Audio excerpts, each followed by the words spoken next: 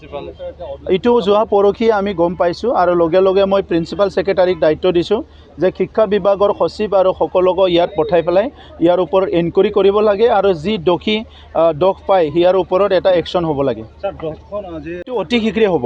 এইটো আমাৰ যোৱা ইচিত আমি পাছ কৰিলোঁ আৰু ক্ৰাইটেৰিয়াটো চাই পেলাই নিট বেছটো চাই পেলাই তেখেতসকলক আমাৰ শিক্ষা ডিপাৰ্টমেণ্টক আমি ঠিক কৰিবলৈ দিছোঁ। যেতিয়া তেখেতসকলে আমাক ঠিক কৰি দিব within short period of time সেইটো আমি এনাউন্স কৰি দিম। सिक्किम दावबायनो थांग्रा दावबायारिफोरनिसिम मोनसे गोजोनथाव खौरां।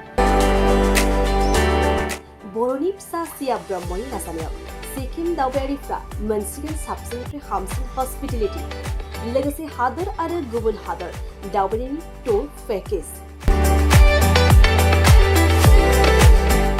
सिया ब्रह्मआ सिक्किमाव दावबायारिफोरनि थाखाय गोदानै बेखेवदों 3 स्टार आरो 4 स्टार थाखोनि हटेल लोगोआव दंफायो जानो लोंनो सुबिदा गोनां उदां रेजर्ट।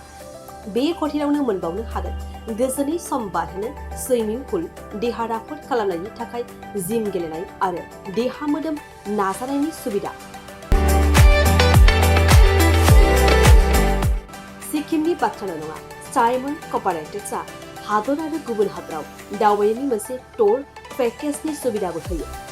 हादरनि गुबुन गुबुन बेरायथावना जायगा जेरै काश्मीर, कातार, विश्वदेवी, जगन्नाथ, पुरी, आन्डामान, गोवा, बम्बे, दाराका, बेंगालुरु, मैसूर, सिमला, मनाली बायदि बायदि लोगोसे गुबुन हादरनि जेरै Dubai, Thailand, Singapore, Malaysia, Hong Kong, Macau, Indonesia, France, Switzerland आरो इउरप बायदि बायदि समायना नों बेरायनो लुबैनाय जायगाफोराव बेरायनायनि सुबिदाखौ लानो हागोन।